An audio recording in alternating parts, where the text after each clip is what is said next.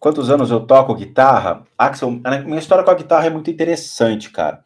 Eu fui para Buenos Aires, eu tenho uma tia que morava em Buenos Aires, tá? Ela é astróloga e ela lecionava lá, porque ela saiu de Buenos Aires.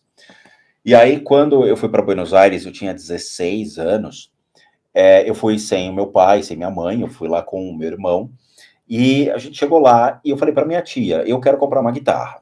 Ela falou, puta, teu pai vai me matar. Eu falei, eu quero comprar uma guitarra. Aí eu cheguei nas lojas de instrumento, né? Meu pai queria, na época, queria que eu comprasse um teclado. Eu falei, porra, teclado? Não rola teclado. Eu quero uma guitarra, Guns N' Roses, entendeu? Eu queria tocar um Paradise City, eu queria chutar a parede, eu queria bater com a guitarra na parede, rock and roll, né? Aí eu fui numa loja e tinha uma guitarra chamada Yamaha, com desenho de uma caveira metálica e tudo mais. Eu falei, pô, é essa, né? Eu acho que eu paguei naquela guitarra uns $300 na época, que o dólar tava 1 para 1. Seriam R$ 300, né? E aí eu comprei essa guitarra e comprei um amplificador Yamaha também. Puta coisa assim, meio reba, nada a ver. Cheguei no aeroporto, né? Meu pai olhou aquilo e falou, puta que o pariu, você comprou essa guitarra? Eu comprei. Aí eu cheguei em casa e meu vizinho tinha uma Fender mexicana. É foda. O cara tinha uma Fender mexicana e eu falei, cara, pô, uma Fender mexicana contra a minha Yamaha tosca de Buenos Aires, né? E ele fazia aula com um professor particular, que era um professor do Souza Lima. E aí ele falou, porra, vou te levar lá, meu irmão, quem sabe eu consigo desconto, não sei o que e tal. Aí eu cheguei na casa desse cara, ele era um professor do Souza Lima, ele tinha aula com o pessoal do Souza Lima, com o Kiko, com o Edu, com o pessoal que dava aula lá, com o John Mograbi, e ele começou a me dar aula. E eu também fui num conservatório chamado Eden, e nesse conservatório era meio jocoso lá, era meio chato, e a primeira música que o cara me ensinou qual foi? Starways to Heaven. Puta merda, puta música chata. Aí toquei Starways to Heaven e depois ele me ensinou Unforgiven. Aí eu gostei, Unforgiven eu toquei. Em 6 meses, lá só do Eden, antes de entrar nessa aula particular, chegou uma professora de sax e falou, pô, você toca bem, eu acho que dá para fazer um concerto aqui com você para os pais, né, que vai ter aqui uma sessão para os pais. Eu falei, o quê? Nem a pau, eu toco mal pra cacete, você tá louca. Falou, não, você tá tocando direitinho Unforgiven. Falei, pô, mãe, qualquer criança toca Unforgiven hoje em dia. E aí eu saí e fui ter aula particular. Aí eu fiquei 8 anos tendo aula de guitarra, baixo, teclado e bateria, tá? Mas eu tinha muito aula conceitual, Axel. Então, eu sabia conceitos de bateria, eu sabia conceitos de teclado e sabia baixo, mas o baixo eu sabia tocar. Aí, depois de 10 anos com esse professor, a minha avó chegou para mim e falou, Rô, eu quero que você pegue um instrumento clássico. Aí, tudo bem. Eu fui até uma loja que ficava na Água Funda, não, na Barra Funda. Barra Funda, era isso? Era. E uma loja de instrumentos clássico, e eu queria o violoncelo. E nunca tinha o violoncelo. Aí chegou uma época que eu falei, tá, não tem violoncelo, agora eu quero o quê? Vou pegar um violino. Aí eu peguei um violino, era o que marca? Era uma marca zoada. E eu comecei a tocar, e eu achei um professor japonês, que morava perto da minha casa, e que aos 16 anos ele estava numa sinfônica, pra você ter uma ideia, sinfônica do Japão, aos 16 anos. E era muito louco esse professor, cara, porque assim, eu cheguei lá com esse violino zoado, né, e o professor, ele mal falava português, bem velhinho, assim, e ele me atendia na parte de baixo da casa, era uma puta casa gigante, assim, e ele me atendia na parte de baixo. Aí eu entrava na sala dele, ele tinha um quadro gigante, assim, dele na Sinfônica do Japão, né, ele não era Spala, mas ele queria ser muito Spala na Sinfônica. E aí ele pegou o primeiro modo, chamado Suzuki, de violino, botou na minha frente, assim, e falou, toca bolinha.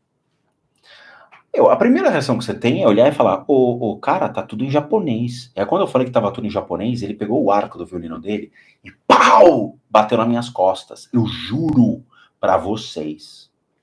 Eu olhei e falei, como é que é japonês? Faz de novo. Aí ele falou, toca bolinha. Não vou repetir. Eu falei, caralho, eu vou enfiar esse arco no teu butico.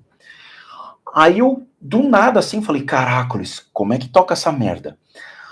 eu já tinha formulado a teoria do violino, né? Porque é fácil você, quando entende das cordas, você sabe a sequência. Aí eu comecei ali na hora, cara, eu comecei a fazer. E aí ele viu que eu tava fazendo força, tava esforçado e tudo mais, e ele foi me ensinando. Eu chegava em casa, Axel, eu puto da vida, né? Porque eu tinha tomado várias nas costas.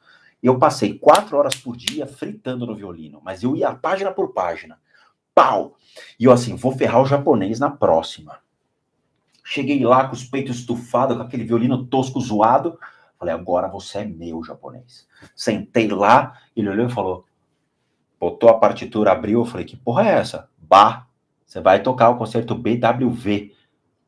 Mas peraí, não era as bolinhas dos outros? Pau! Falei, que japonês? De novo, caralho! E pau nas minhas costas. E eu tomava do japonês. Eu falei, bah! E aí, vamos lá. 10 páginas de bar ali, ó, olhando. Sem conhecer, olhando. Pau, pau, pau. Terminou as 10 páginas, ele pau nas minhas costas. Eu falei, que foi, japonês? Aí ele falou, errou a última nota. Eu, como errei? Eu juro, isso aconteceu de verdade. Eu fui lá e pá! Tá aqui, japonês. É essa nota? Agora você acertou. Eu falei, como acertei? Era a mesma nota. E pau, tomava. Eu falei, japonês, eu vou matar você. E aí eu falei com a minha avó, vó, as aulas estão indo bem, mas as costas estão doendo. Aí ela falou, mas violino dói as costas. Eu falei, e agora eu entendi porque o violino dói as costas.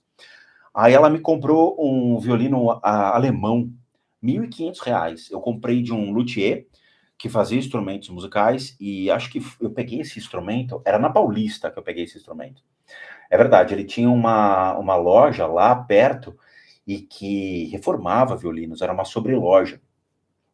E ele falou, ó, tô saindo fora do país, eu tô vendendo todos os instrumentos que eu fiz, e esse violino aqui, eu tinha aqui e tô vendendo. Paguei 1.500, era um violino alemão, acho que era um Hoffmann alemão. Aí cheguei todo com o peito estufado lá, né, pra tocar no japonês aqui, japonês.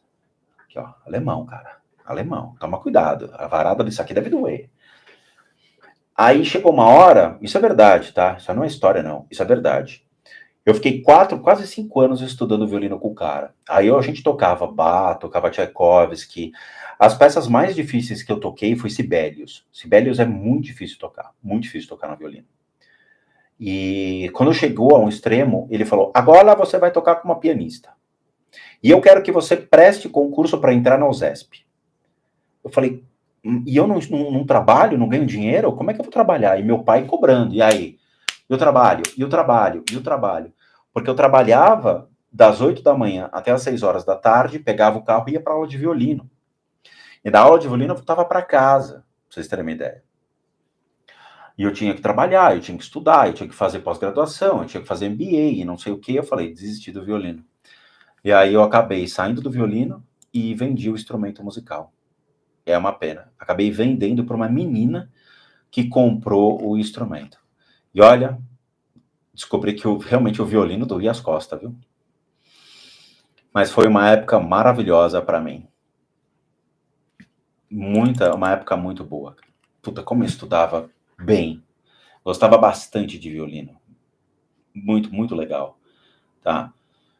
Mas valeu, assim. Era muito legal para tocar bar, tocar, sabe? Não tem preço, cara. Quando você pega um concerto de BWV na frente, você toca, você fala, cara, é a coisa mais linda, sabe?